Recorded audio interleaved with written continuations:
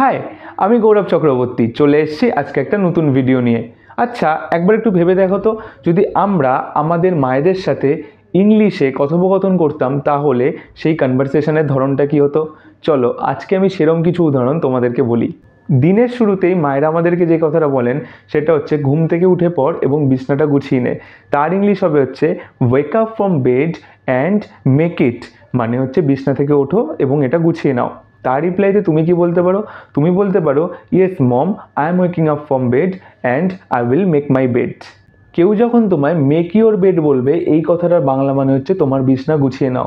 তুমি রিপ্লাইতে তো বললে I will make my bed, কিন্তু যদি অ্যাডভান্স ইংলিশ ইউজ করতে চাও তাহলে তুমি বলতে পারো I will get to it in a bit, মানে একটু কিছু সময়ের মধ্যেই আমি এটা তৈরি করে নিচ্ছি। সেকেন্ড হচ্ছে আমরা ঘুম থেকে ওঠার পরে কী করি? ফোন নিয়ে ঘাটাঘাটি শুরু করে দিই, রিলস দেখি। মায়েরা সেটা দেখলে তো বারণ করবেনই, তাহলে মা তখন ইংলিশে কি বলতে পারেন? তিনি বলতে পারেন don't spend so much time on phone, মানে ফোনের মধ্যে বেশি টাইম খরচা করো না। তার এগেনস্টে তুমি কি রিপ্লাই দিতে পারো? তুমি ভালো ছেলে হলে তুমি বলবে yes mom, I am putting down my phone. হ্যাঁ মা, আমি ফোনটা রেখে দিচ্ছি। পুট ডাউন মানে রেখে দেওয়া, এটা হলো একটা ফ্রেজাল ভার্ব। এরপর মা তোমায় কি বলবেন? পড়তে বসার জন্য। তাহলে তার ইংলিশ কি হবে? সিট ফর স্টাডি, মানে পড়তে বসো।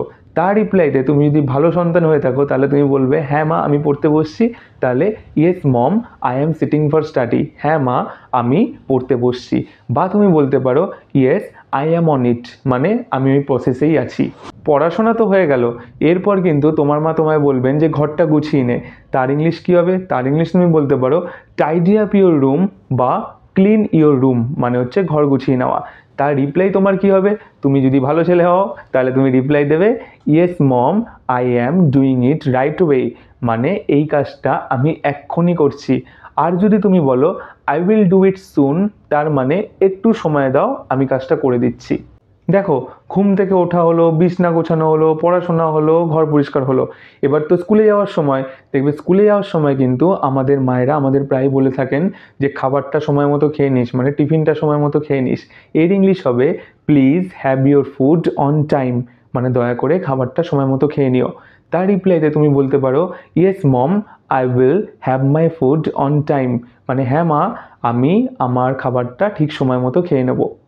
আর লাস্ট হচ্ছে স্কুলে যাওয়ার সময় দেখবে মায়েরা প্রায় বলে থাকে যে স্কুলে পৌঁছে একটা ফোন করে দিস। তাহলে তার ইংলিশ হবে please call me after you get there, মানে দয়া করে আমাকে জানিয়ে দিও তুমি সেখানে পৌঁছে যাওয়ার পর।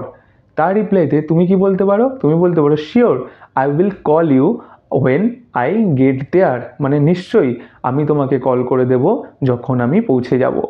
এইভাবেই কিন্তু মা আর তার সন্তানের মধ্যে ইংলিশে কথোপকথন চলতে পারে।